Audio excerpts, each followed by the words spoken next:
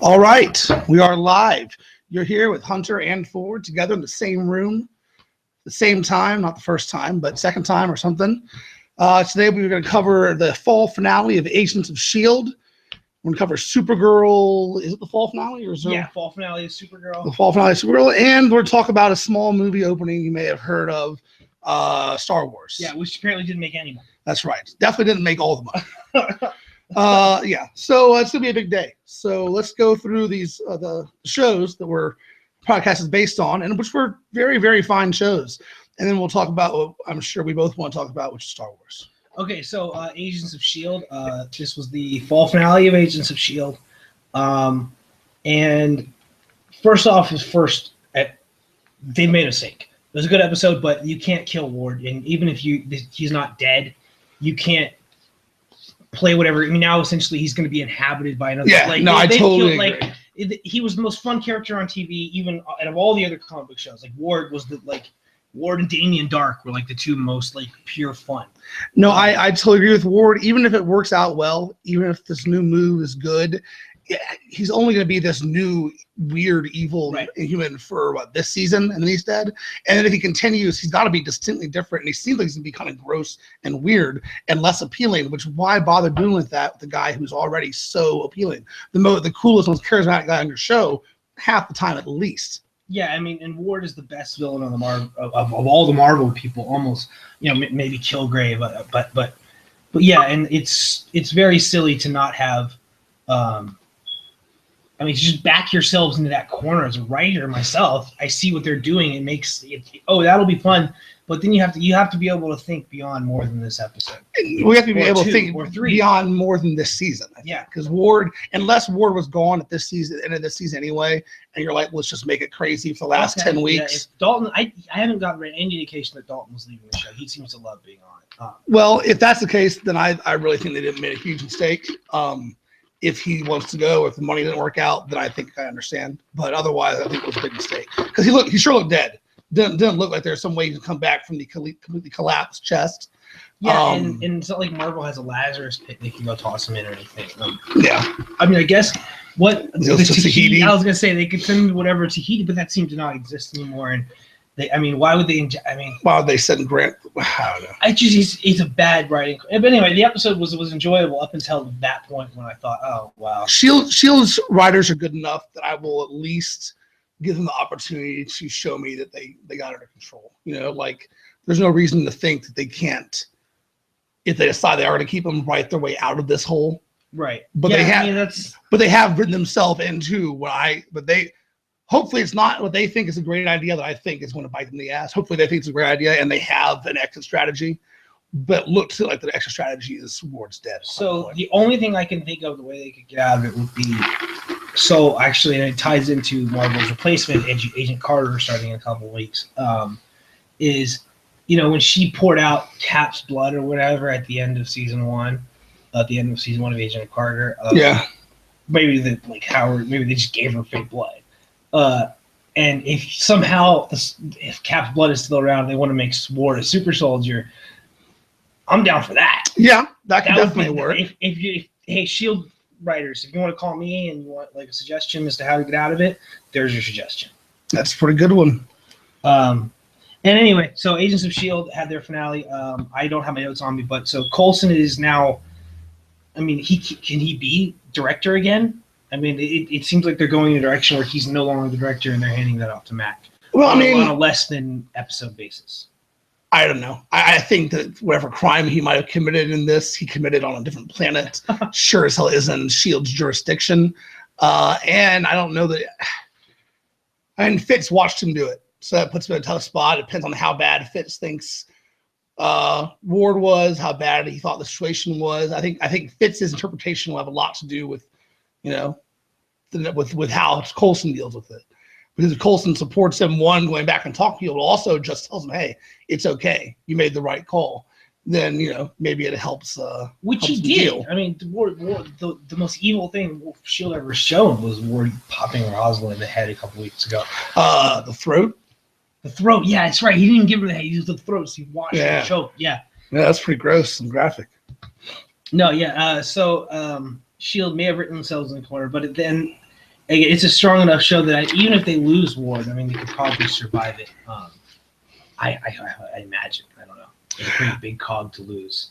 I think they can, because I think for a while, until like the last 3 or 4 episodes, Ward had been a little smaller piece, compared to last season or the season before. Yeah. And I think that they've got enough strong things there, but the problem is they lose their really intriguing and charismatic villain. Yeah, Powers Booth isn't going to cut it. Yeah, I mean he's menacing for a while and all, but Ward had so much more to offer than menacing or scary. He was funny, he's cool, he had a little tragic. He obviously had some emotional issues. Like he was good and acted well. Yeah. Powers Booth, I don't see going all those places. I mean, so Hollywood had the largest casting search in the history of the industry for the young Han Solo movie. Yeah. And they were thinking, well, we don't care if he's 15 or like the exact age that Han was in A New Hope. We just need to find the dude who has Harrison Ford's like smarmy, cool like attitude. Yeah. Dude, Brett Dalton is my choice. That he'd be the only guy other than we can't just cast Chris Pratt in literally everything. So Dalton. I mean, if they're losing him, maybe Disney has bigger plans for that actor. That would surprise me. I know movie industries frequently feel that coming from TV isn't legitimate, but I think that there's been a lot of that proven wrong. I think he's good. Yeah, tell that to the star of the Bill Engvall show, Miss Jennifer Lawrence. That's right. That's like, yeah. what was she? So I think that's about it with S.H.I.E.L.D. I mean, when I opened up, I had the nice damn Space Hydra moment, and I loved when Ward said, I think it was Ward who said, "I'll be damned." Was that Coulson? I'll be damned. Yeah, Coulson says Coulson. Yeah, that was a fun little throw in. By the dude with no hand. Yeah. Okay. So if you're gonna make a Star Wars reference, like he is missing a hand, can someone call him?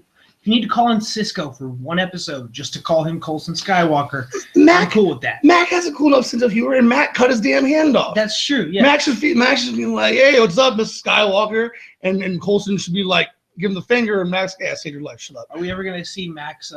What did he describe a couple weeks ago? He had a shotgun. I should have gone with the shotgun axe. Yeah, the shotgun axe. Are we gonna see what a shotgun axe? Of course, is? we're gonna see the shotgun axe. That's the main reveal for the season, man. That's almost like a whole spin-off itself. So anyway, if Coulson isn't going to be director, I'm down for Mac as director for a few episodes. Yeah, no, I like Mac. Okay, so on to the season finale of. Nope, it's the mid-season finale. The mid-season finale of Supergirl, the fall finale. Yeah, the episode after the episode. The episode after the episode. Yeah, which didn't feature any Martian Manhunter.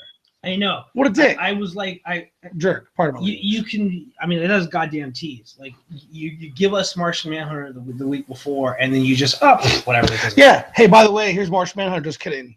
No Martian Manhunter. Like she's sitting there fighting 3 aliens, something. Oh yeah. Would have been a good point to use Martian Manhunter. I don't know. No, they had to have Kara, try to do it on herself and struggle. A bit too much struggling from her. She's going to be a hero at this point. Maybe she should just start doing it.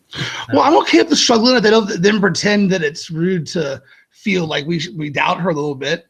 Like they try and combine that she's not quite competent yet all the time with, but she's a hero just as much the hero as Superman is. Right. And no, she's not. She's not there yet. It's okay. She wants to be. She wants to be. She needs to train. She needs to lose. She needs to have some failures to learn from, and it's okay. And she's having them, but then they I don't know. They just seem to twist it wrong. But I liked the cyber terrorism as a villain. I thought it was pretty cool. It was very 90s. That's when I had my notes. I had written down that I wonder if this is an old Lois and Clark script that they had lying around. I'm like, I wonder if we can use that for Supergirl. Because yes, the way even they just described hacking, it felt like hacking before we knew what hacking actually was. I mean, it was a pretty well done episode. Calling Johnny mnemonic. But yeah, it felt like a late '90s like hackers talking about when hacking was a thing, and when it was just for small level things like this. Well, but it was also they used the word cyberspace like 3 or 4 times, and it's like, no when's the last time you've heard the word cyberspace used? Apparently, cops still say cyber. I made fun of that CSI show when it came out. I was like, CSI cyber. Like, who the ball still says cyber? Well, that's And somebody was like, cops. I'm like, I don't care. The show isn't made for cops, it's made for people. No one says that's stupid. But okay, maybe it's something the cops say. But yeah, the gosh darn World Wide Web. I mean, it's like you say digital, and maybe I don't know. Wireless. I don't know. There's some other word, but cyber just doesn't sound right anymore. No. But I mean, I feel like that they've upped the effects budgets the last few weeks. Like Supergirl's flight now looks as good as Brandon Ruth's looked. Brandon Ruth is pretty good. He the way it looks really good because there's this dude that looked just like Christopher Reeves flying, and that's pretty cool to see. Poor Brandon Ruth. Oh no, but good for Brandon. Brandon Ruth he's gonna be kicking ass on his show. He's the Atom. Yeah. Everyone likes Brandon Ruth now. He doesn't have the weight of the Man of Steel on his shoulders. I was gonna say, I wonder if Henry Cavill in a few years seemed like he's like, I be the Atom. No one will leave me alone. I be the Atom. No one cares. They're like, oh, he's having fun. That's great. Adam should have fun. Can't Superman? I want to have fun. Yeah. What's the sidekick love struck puppy's name? In Supergirl? Yeah, in Supergirl, her best friend. Like Susan. His dad was involved in. No, who is he? What's his name? Well, it's not Jimmy Olsen, but it's the guy that that likes Supergirl and thinks that Jimmy Olsen needs to back off. Yeah. He got all self-righteous, like all jealous. Jimmy Olsen's like, you have a girlfriend, or he has a girlfriend. You're being terrible. He's like, God, you need to chill out, man. Well, who is he though? What's his name? No, I don't. Sidekick guy. His name is Matt, I think. Is it Matt? It's Matt something, but they call him by his last name. No, man. What is? Because Cat totally skewers his name. Pie Face. No, that's what the hell. This is not Green Lantern, and that name is not. Isn't Green Lantern's Pie Face? Yeah, I know. That name's not okay anywhere. With DC sidekicks. Oh man. Well, whatever his name is, I like he's nice. He's the most friend zoned dude I've ever seen in my life. And well, they can't have. I mean, it's CBS, so I really doubt CBS is going to go the interracial Supergirl relationship route like that. No, why not? Jimmy Olsen's he's already dating a white girl. Because I don't know. I imagine that CBS, that's as far as they're going to push that. I mean, they have a lot of old white viewers, but I think that Supergirl, they're aiming for a different demographic. So I think, and they're already selling the Jimmy Olsen Supergirl thing big. I think they're going to go there. It's certain. Dude, he has that shirt on like 3 episodes. Yeah, I was about to say it's the werewolf syndrome from True Blood, where it's like, okay, we get it. there's like an earthquake or some shit. He's like, wait. And he takes his shirt off. The earthquake just stops. He's like, I saved the day. And that's not Jimmy Olsen's job, but that was pretty impressive. What was the best friend on Smallville? Not Chloe, but Jimmy Olsen originally? Yeah, no, on Smallville. Oh no, it wasn't. You mean not Iceman. No, Pete Ross. Pete. Okay. Yeah. Pete Ross. Pete. I feel like they should need to, because Pete was like my favorite character on Smallville. They need to give him like the dude who's just down to hang out like attitude, rather than the dude who kind of wants to creep on her all the time attitude. Well, yeah, he is very obviously and in a blatantly playing to the camera way into Supergirl. It does feel a little bit. I don't say incestual, it's not that bad, but he's Superman's best friend, and she's Superman's little cousin, and he's like, hey, let me take you to my wing, and I'll help you become the hero you should be. And you got a cute butt, so how you doing? It feels kind of like an abuse of power almost. Yeah, absolutely. I mean, I was kind of wondering how the Martian Manhunter thing would play. Is he really just a babysitter for her? He said he knew Clark, so is that his role has to be different than just babysitting for. Well, I mean, apparently John Jones hasn't been a detective. He's been leading the DOA. What's it called? The DOD, not the DOD. That's real life. DOA. Argus. Argus. No, that's Arrow. But that's right. Yeah, like, you're right. Whatever it's called. The DC equivalent of Shield is. But anyway, so he's obviously had a big job fighting evils for a while, and he's in JLA because he says he hangs out with Superman. So yeah, it does seem like now he's just being mean to Supergirl. Well, my favorite character on the show is Cat. Cat, like we should just. I love Cat. Cat Grant should be like the star of the show. No, she's great. Ally McBeal kicks ass. She does lots of feminist speeches, and they're realistic, modern feminist speeches. You know, with a little bit of nuance. She's smart. She's powerful. She's flawed. Kat's really a cool character, and she's really well done. I feel like she's what Jerry Hogarth like she could have been on Jessica Jones. Like, whereas what's her name? Trinity played that character just like an ice cold, stone cold bitch rather than. I mean, I thought she was still interesting because she was portrayed as basically a woman filling every powerful male stereotype, and I think that's an interesting enough character that she didn't need to also be deep down good and have a lot more to offer. But you're right. This Cat Grant's an awesome kind of mentor character, or at least very hardcore, tough, professional, badass, but has a heart and a good core. I want more Martian Manhunter, man. Yeah, and did you listen to any of the Kreisberg interview with Kevin Smith? No. Okay, so it's yet another ball down the. Well, we can't do it. We can never go Arrow, Flash, Supergirl crossover. It just won't happen. Well, League, we would like it to happen. Now it's to the point where he said, "Well, you never know. Talk to us in season 2." Was literally what he said on the podcast. So we're getting a crossover with Martian Manhunter, Supergirl, Green Arrow, the Flash, the Hawks. So we're getting a Justice League. The only problem is there is a Superman in Supergirl's I know, universe. yes. So once Superman is in your universe, you can't not acknowledge one, the main dude who's wearing that same costume she's wearing minus the skirt, and two, the biggest superhero in the universe. So I don't know. If they do it, I trust in their good writers. I'm sure it'll have to do with one of the breaches, and so she'll be in the Arrow universe. And if one of them appears in her universe, they'll be there short enough time they won't have to really deal with Superman. So there's definitely a way to write it and write it fine. I hope it's not just, hey, let's visit National City because we're all in the same basic universe and we just won't talk about the big guy. No one will mention Metropolis or Gotham. Right. No one will mention it. We'll mention Bloodhaven out the ass. Right. It's the same reason why it's going to be tough to have that crossover with the Titans if TNT ever picks it up, which at this point, I've heard one mention of that in the past 2 months, which was, that's still maybe, I don't know, leave me alone. So. Apparently the problem with that was they got into that a little bit on the interview was they wanted to make the Judas contract, and that involves a 50-year-old dude sleeping with a 15-year-old, and the TNT said no. So it's you can't think of any other Teen Titan comics to pick. You had to do that one. Well, he just raised your age to 18. No. Yes. I mean, I guess Dr. House got to sleep with 20-year-olds. That's not. Well, I'm not saying it makes it nice. I'm just saying it makes it legal and doable. And I mean, plenty of things have inappropriate and messed up sexual themes, but going all the way to child abuse is a little different. But also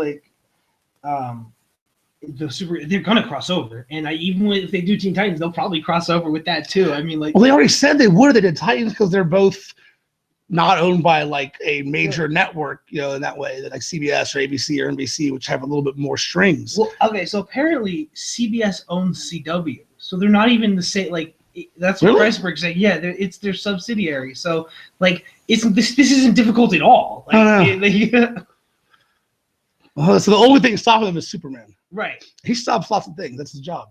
He stopped DC movies for 7 years. No, that was Bryan Singer, who's a great director. Everything else, for some reason, what a dunce. Well, speaking of Bryan Singer, so we're done with Shield and Supergirl. Yeah, I got nothing else for Supergirl. Do we want to rank either one of those? Shield was a B because I don't like what they did with Ward, and Supergirl was a B+ because I don't remember anything that happened other than Cat's plotline. Yeah, I kind of agree on both. Supergirl was a solid, good episode, but it didn't really leave a huge impression.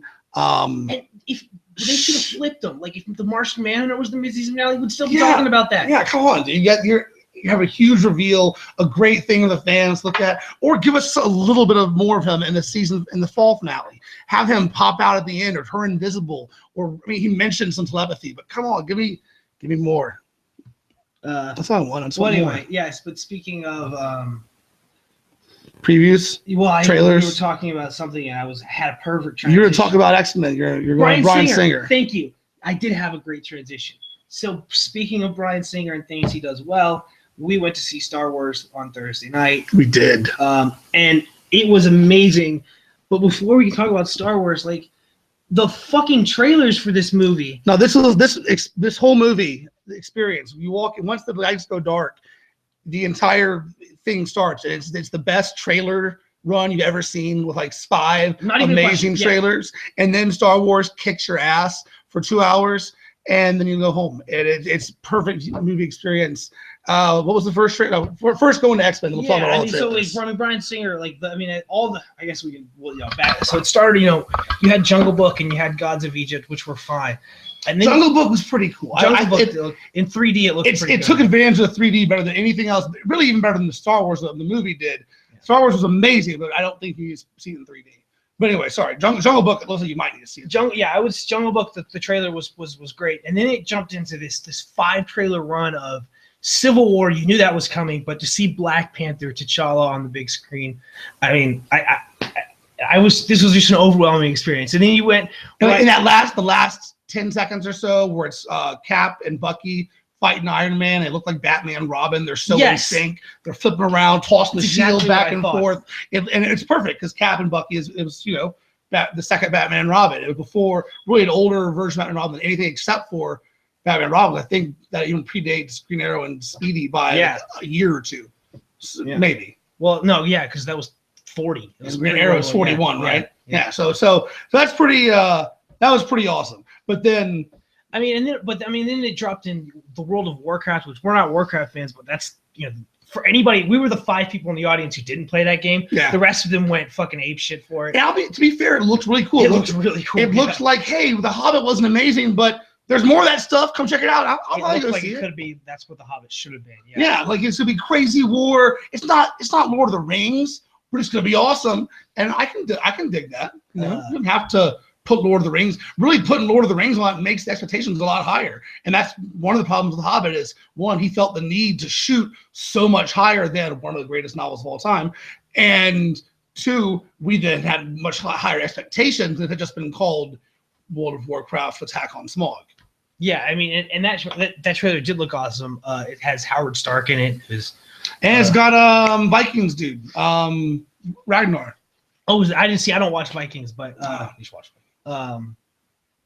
Anyway, yeah, and then I mean the biggest applause of the night was for the Star Wars opening, but seeing Wonder Woman, the crowd went ape shit for the first image of Wonder Woman. They did. It was the loudest cheer of the night. I mean, Batman Superman came on. They screamed, and they were happy. They were happy when Cap came on. It was a good scream, better than Jungle Book and else like that kind of stuff got. It was big, and then Wonder Woman came on, and seriously, the roof blew off.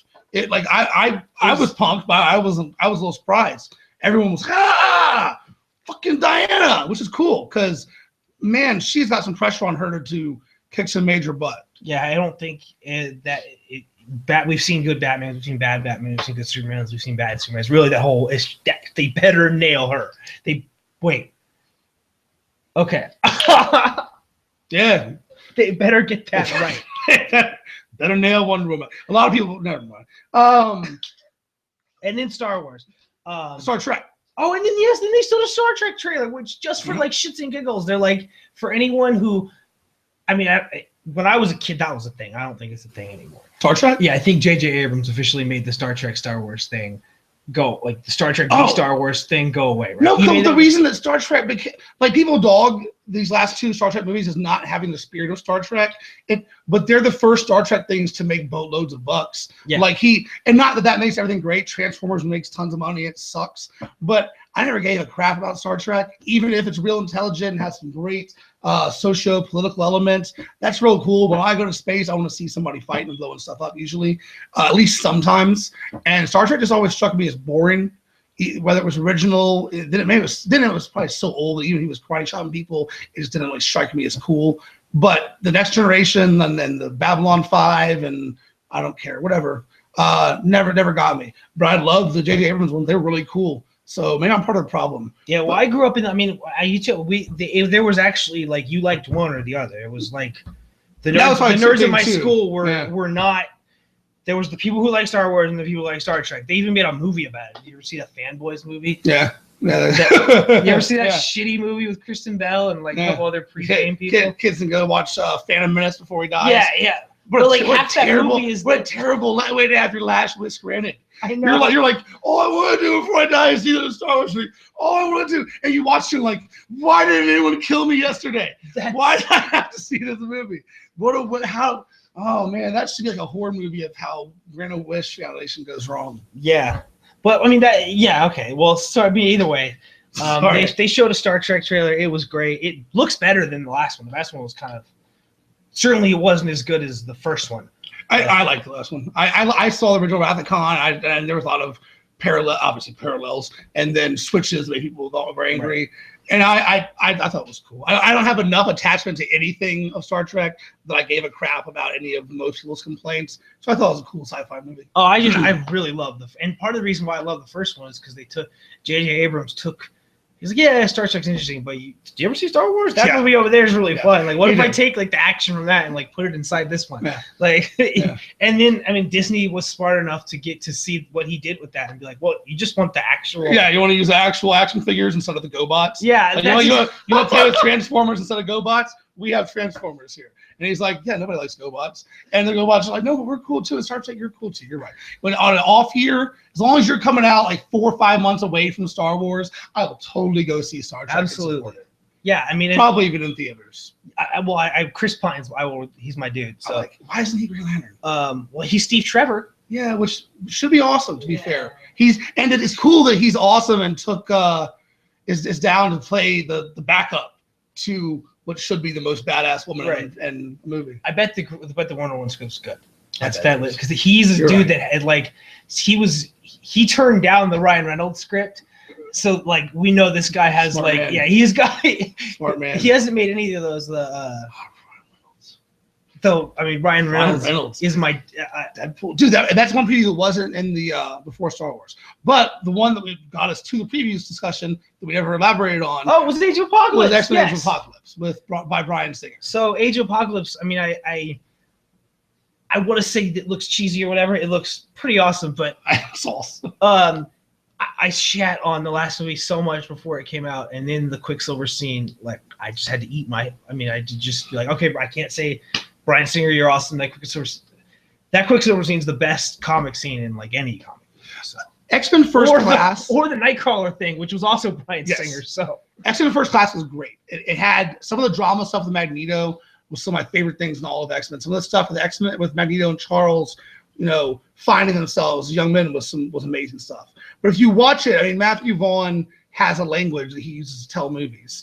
And if you watch that or The Kingsman or Kick-Ass, no, I'm not watching Kingsman. He uses the same elements, the same score, and it's good. It tells a cool story. And it's a young story with some vibrance and kinetic energy, but it's his language. And Bryan Singer's language is a little bit different.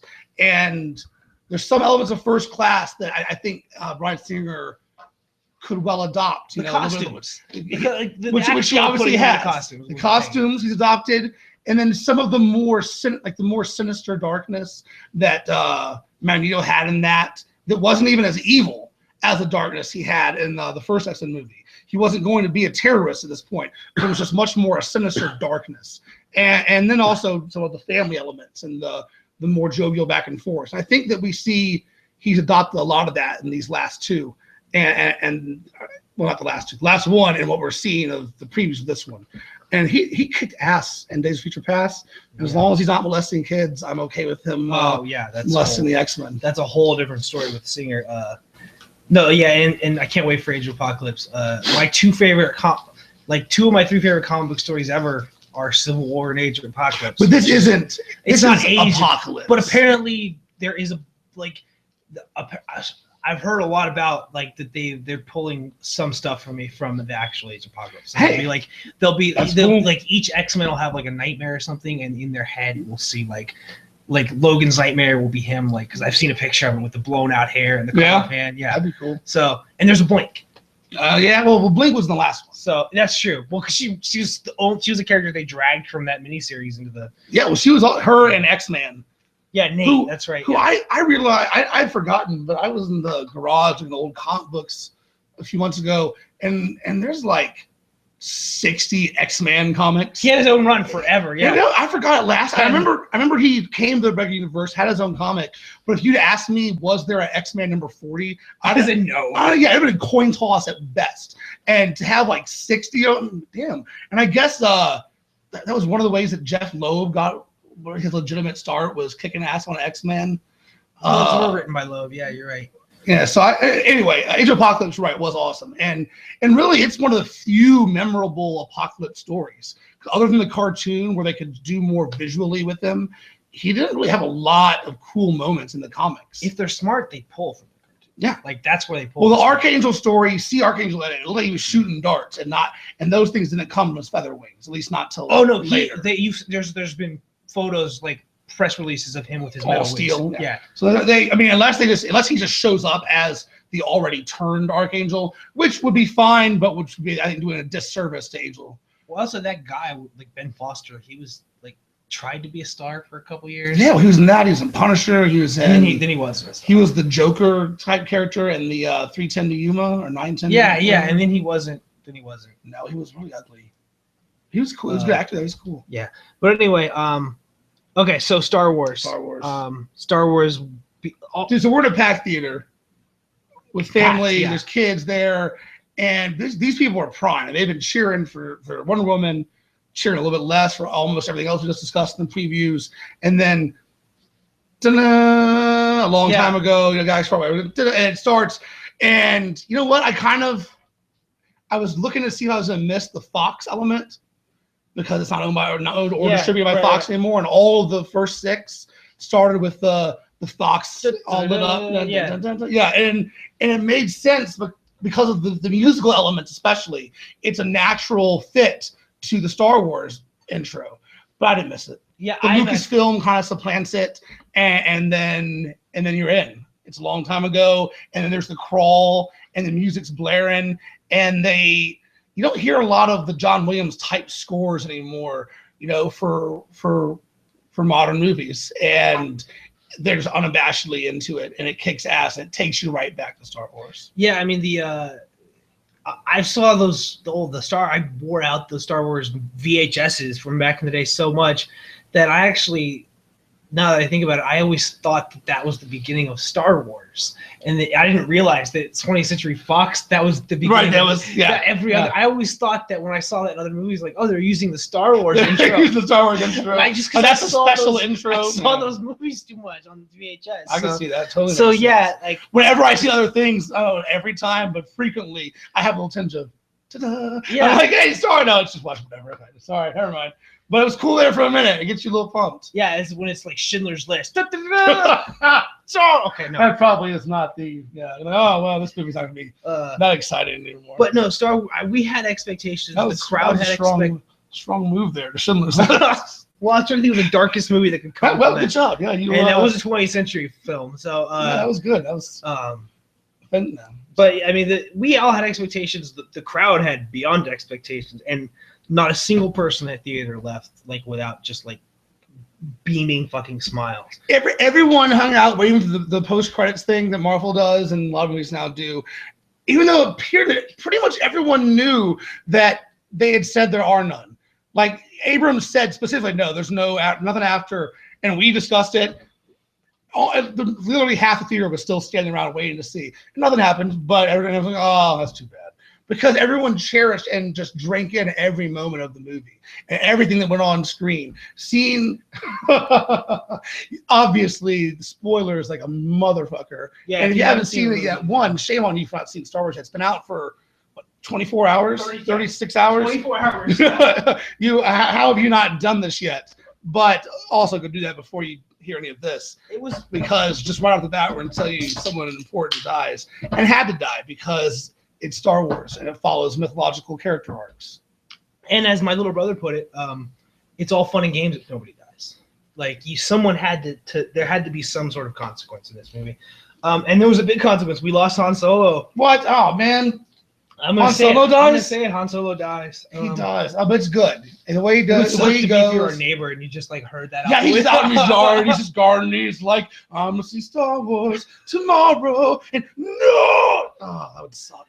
But I mean, It sucks when he died, man. That lightsaber goes right through him, and you just oh man, it's good though. It's good. It's poignant. It was a good death, and well, Han Solo's a fucking pirate. You don't get to live to happily ever after. no, I took a whole class on piracy. There are no old pirates. Yeah, and dude's what, 60 years old at least, jumping out of airplanes and yeah, shit. he's landing and crashing Yeah. airplanes. Dude, in real life and on celluloid was just kicking ass. Yeah. And what a way to go out. It's too bad he couldn't do that in, say, the second or third movie, because I want all the Han Solo I can get. It's a little sad. I was actually very sad about this, about the fact that, well, now I know how Han Solo dies, which means that there's no possibility he's still alive doing other cool things. But you know what? We get new Han Solo in what, 2 years? Yeah, 2 years from now, hopefully starring Brett Dalton. we get the adventures of young Han Solo, and as long as not as long as they get the casting. as long as it's a lot better than the new adventures or the young adventures of young Indiana Jones, which did not quite go. Was that? No, that was just that was the beginning of Indiana Jones 3 that was River Phoenix. He wasn't actually in the show. No, but no, Indiana Jones 3 was. Oh, right. No, 4 was Shia LaBeouf. I was thinking like Shia. You're forgetting Shia. No. How could you forget the Shia? I'm just saying, young Indiana Jones was not like the Steve-O show. It was a cool show and all, but you know, on a show budget and the early '90s type era, you weren't getting great things. This is a movie. They have all the budget they want. There's no reason Chewbacca shouldn't be in it. No, I mean it should just be Han and Chewie play out Firefly, right? 100%. They should just get. I'm like, JJ's done with. I know he doesn't want to work for them anymore, but like, I bet he'd do that. Not JJ. I mean, ask Josh to do that. He's done with Marvel, but Star Wars isn't Marvel. I mean, not that they're not both Disney, but there's at least different funnels there. Let's backtrack a little bit. Sure. So the beginning. But you want to talk about what happens before Han Solo dies? Yeah. So there's in the last 20 minutes. So I mean, we talked about Star Trek a little bit.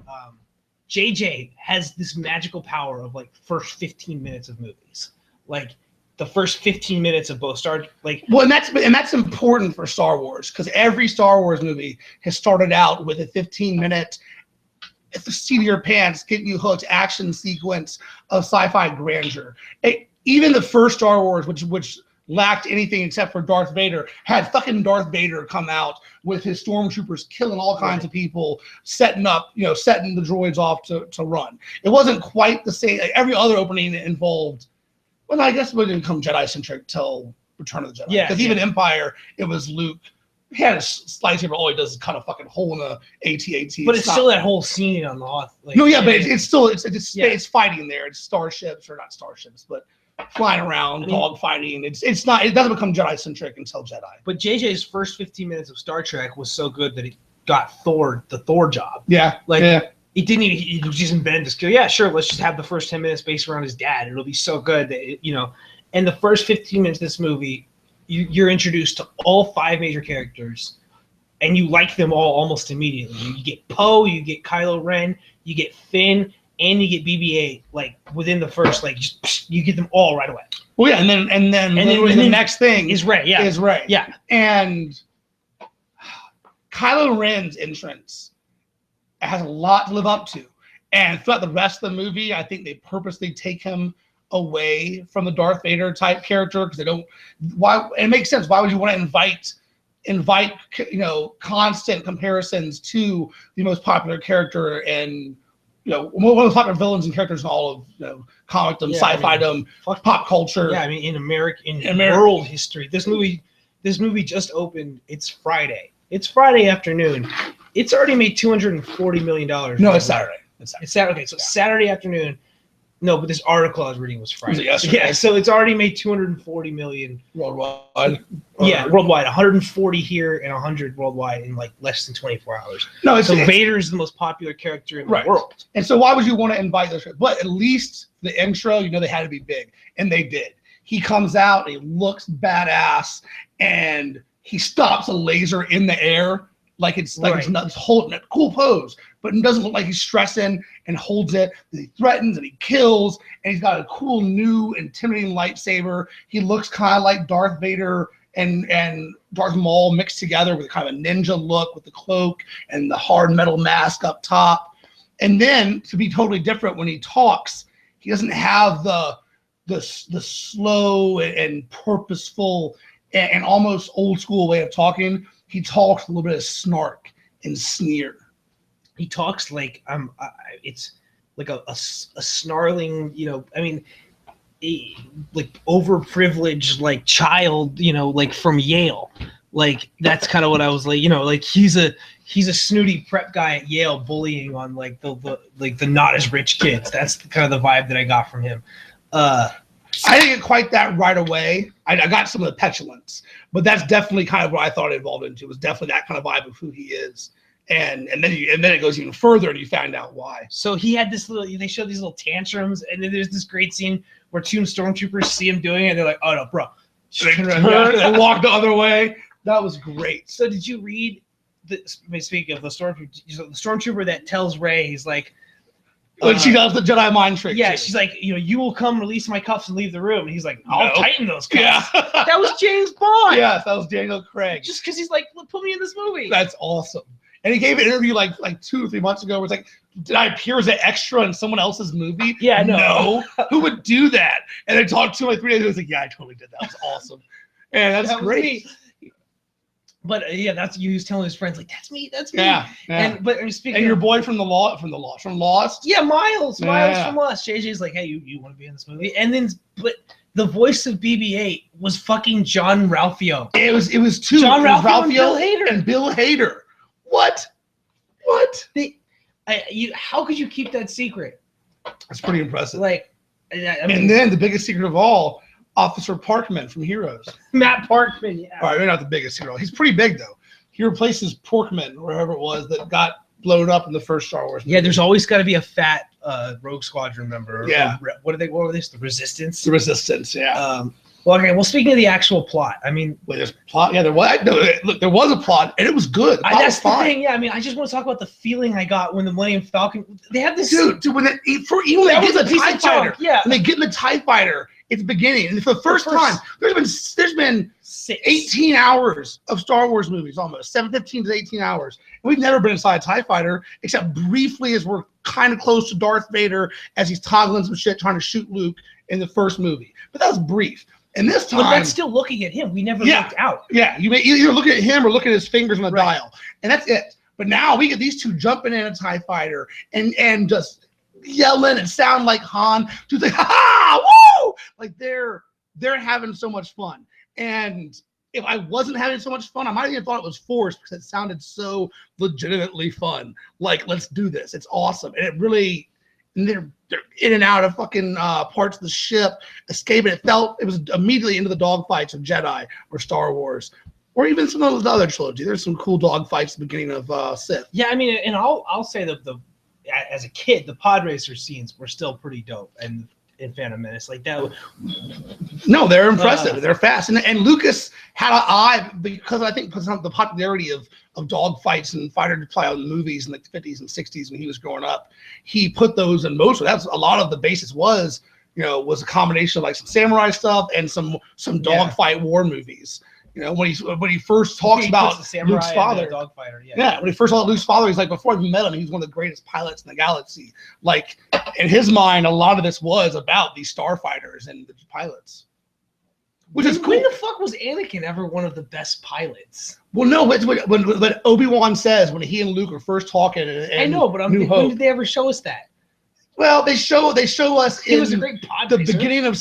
Well, that's what they basically do. Is Obi-Wan says, "quote When I first met your father, he was already one of the best pilots in the galaxy or the star system or something." So obviously, Luke has rationalized that as because he was a natural speeder in a pod race, right. And then he accidentally flew a ship to blow up that space station in the Phantom Menace. Where he's like, "Oops, what does this do?"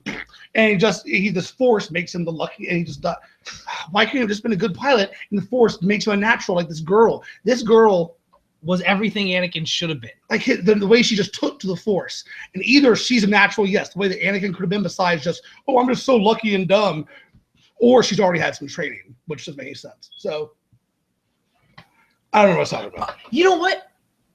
Okay, so they never really explained her background, like how young she was. I wonder if she was one of the Jedi. Like, could she have been like, and then they like mind wiped her? Or That's something? what I was thinking, because her memory. I was thinking when she sees that ship leaving, she's a child. Yeah, but to be fair, in the Star Wars and clones, we see Anakin murder a bunch of kids. It was a bunch of younglings, bunch of little. So is there a way they could have like mind wiped her? Or, like, why couldn't she have been training? Because we don't know what happened at Luke's school. That's what I'm saying. It just occurred to me right now that she could have been like one of those children that Luke was training. Did Luke have to sit? Did he save some kids? Did Kylo Ren kill all of them? So fucking good. Did Kylo Ren kill all of the other students? Did he turn some students? And Luke had to kill some students because they turned the dark side? Like, is this like a heaven and hell type battle? And Luke had to kill a bunch of his students and then watch a bunch of others die? And maybe he mind wipes the last 2 or 3 or 1?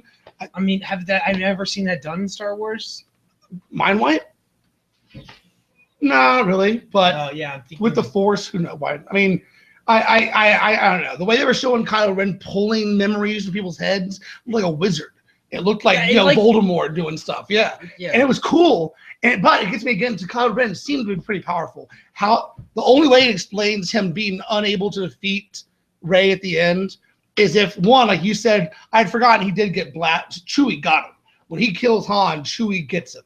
And with his crossbow, they shown 3 or 4 times throughout the movie how powerful his crossbow is. And then when he kills Han and Chewie does the same thing that Luke does in Star Wars when Obi-Wan goes down, and he freaks out and he shoots Ren right in the side.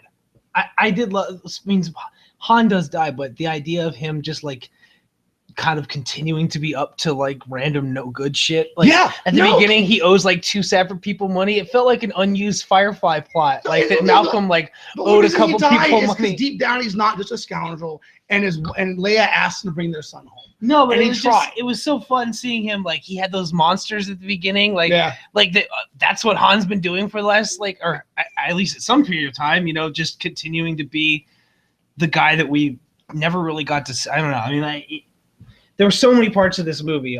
There was heart. There was. I would be heartbroken if I was never going to get any more Han Solo, but I was a little heartbroken for the first 2 hours after the movie. But then I remembered I get more Han Solo. Yeah, I mean, maybe 2 years and it won't be Harrison Ford. But I've got 5 or 4, I now have 4 Star Wars movies of Harrison Ford being Han Solo. I've got 4 Indiana Jones movies as Harrison Ford. Probably a 5th they're talking about. And they're talking about a 5th, which he might die in there as well. It'd probably be for the best. And Dude is old. Dude's old. And give a goodbye. Isn't this a lot better than if he just not been in it? This is a great way for Han to go. He has more fun. It shows he's been having fun. He reunites with Leia. They both acknowledge is that we never got to see Han and Leia, Luke, and Leia, all 3 of them together. Me too. But the scene where Han and Leia I wish that Han could have made it to meet Luke. On that mountain at the end, like dragged him or whatever. But then again, when Han and Leia are about to kiss, and it's like one of the most emotional moments to me. Hello, son, C-3PO. No, they should have got it. That was amazing. Well, it's the same thing he did in Empire, but at least they got to kiss in Empire. That was amazing. In Empire, they got to kiss before he came in and messed it all up. My only problem, not my only, there's a few little things about Kylo Ren trying to figure out, but I think they'll probably answer a lot of my complaints. I think it's the problem is Kylo Ren is not Darth Vader, and he's not supposed to be. He wants to be desperately, which half his motivation is that he's not that powerful and he can't be that good and he's not there, and that's awesome. And let's let him grow. Because I bet by the end of the second or third movie, I'll be fine. Maybe he won't be Darth Vader. That's fine. You know, he can be his own awesome character. But after he kills Han and Chewie shoots him, and Chewie goes and he picks up the young two, Rey and what's his name, Finn. He picks them up and then flies them back to the planet. They run off and they see Leia, and Leia runs right to the girl, and the Wookiee, best friend of her husband, and known her longer than anyone else around, probably walks right by her to go do whatever everybody else is doing, looking at parts or getting some food or doing something. He doesn't walk right to Leia and give her a hug. Even then, he can walk off and she can go hug the girl who she's never met before. But she walks to this girl, the girl walks to her, and her oldest friends, one of them, and a best friend of her dead husband, walks right by. That's just like, so either she's the. So that means there's got to be something else with Rey's background, whether it's. Well, we were talking Rey is either Leia's child, Luke's child, a illegitimate offspring grandchild of Vader, which I don't think anyone really believes yet, or is just some random former student of Luke's who's talented with the Force, which I think is a fine way to go. I don't think there's any reason why every Jedi we meet from now on has to be a Skywalker. I would prefer that it not be that way. However, I bet she's a Skywalker. I bet she's a Skywalker. And do you think is it possible that she's a lot like you'd think they would know if they had a missing daughter. So either she died at birth and not really, or it's Luke's, right? I guess she would be half alien, orange with tentacles. Let's say, is Ahsoka? Oh, yeah, is Ahsoka canon? Ahsoka's alive. Did you ever finish the? Yeah, hell yeah, I finished Clone Wars. I never finished Clone Wars until this past week. I watched the last 3 seasons of Clone Wars in the past week or two. You know what? I think it adds a lot of depth and context to the Revenge of the Sith. It adds a lot of heroism. She should have been, or they should have referenced. Like, I guess she was created after the fact. She was created after the fact of Revenge of the Sith, but it means she's still alive because she quits the Order. That's well, yeah, and I mean, technically she's not a Jedi, so people just maybe forgot about her when she wasn't with any of the soldiers. The soldiers all turned around and killed the Jedi. Yeah. So she was just off, and also it adds a lot of the evolution of Anakin, where he's good the whole time and he's a hero, but he's always willing to use violence more than the other Jedi. He grabs people by the throat and chokes them all the time when they're bad people in Clone Wars. Yeah. And no other Jedi does that, but Anakin. So where are they? Where's Obi-Wan? And he'll grab this, whoever it is by their throat. And you can see the progression to, the dark side and the power and the anger, a little bit more, issues with controlling his rage. There'll be times where Ahsoka will look up at him like, "Need to relax, Master." Right. But I really enjoyed the last 3 seasons of Clone Wars. The last part where it has Yoda meeting with or talking to Qui-Gon and then going over to it adds a lot to Qui-Gon. Like you get to be, and Yoda goes to, where does he go? What's it called? The planet where Dagobah? Yeah, goes to Dagobah. Yeah. There's just some awesome stuff. So I really enjoyed that. And I watched Revenge of the Sith again. I was struck by how bad I feel for Hayden Christensen. I feel like George Lucas, the dialogue never gave me anything to work with, and he was just asked to be a whiner so much.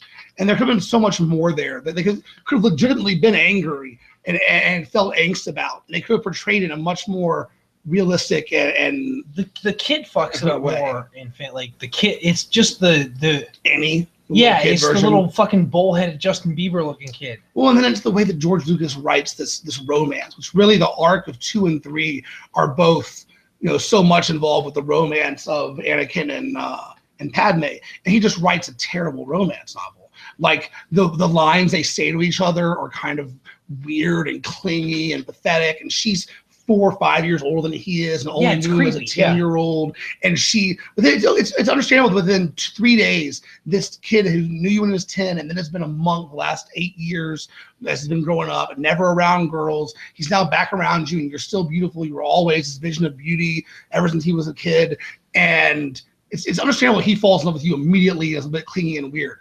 The idea that this senator, former president, is just as in love and clingy back, like a well-written version of that has him being clingy and like that, and either her turning him down or him doing that in private but pulling off the act in public, and so her thinking he's mature, seeing how talented and awesome he is. You just stumbled how if you make it so that Luke and Leia, like if she rejects him the whole time, and they're the product of a rape. No, You just rewrote Star Wars utterly and completely, homie.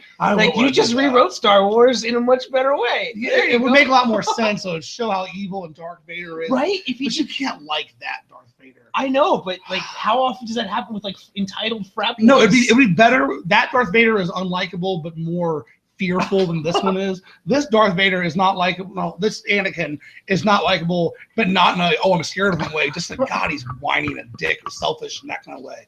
So yeah, it would be a more evil way to go. And I don't really. know. I mean, shit. Like I said, I think you just have him be less over the top, and her putting up with it. I don't know. If the rest of the story is stronger and made more sense around him being broody and emotionally stunted because he was a slave and then was taken from his mom when he was 10 to an order of monks who then told him that he was Jesus.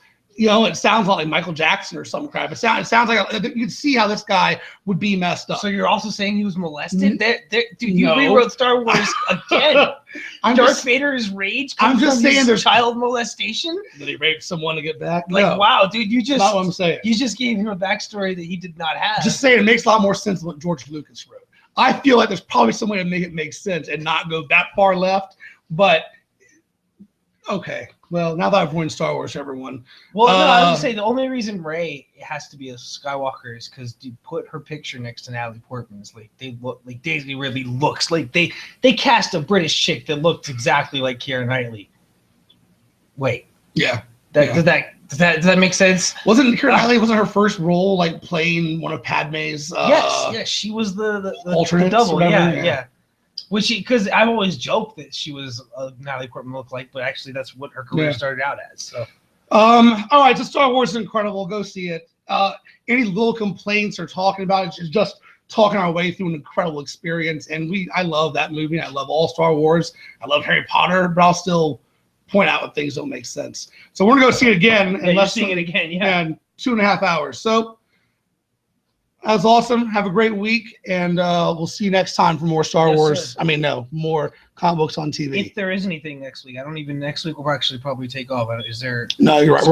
We're off for 2 weeks at least. Yeah, so we'll come back in 2 or 3 weeks and either preview or right after the next new episodes of the CW shows. We know they're the week of January 19th.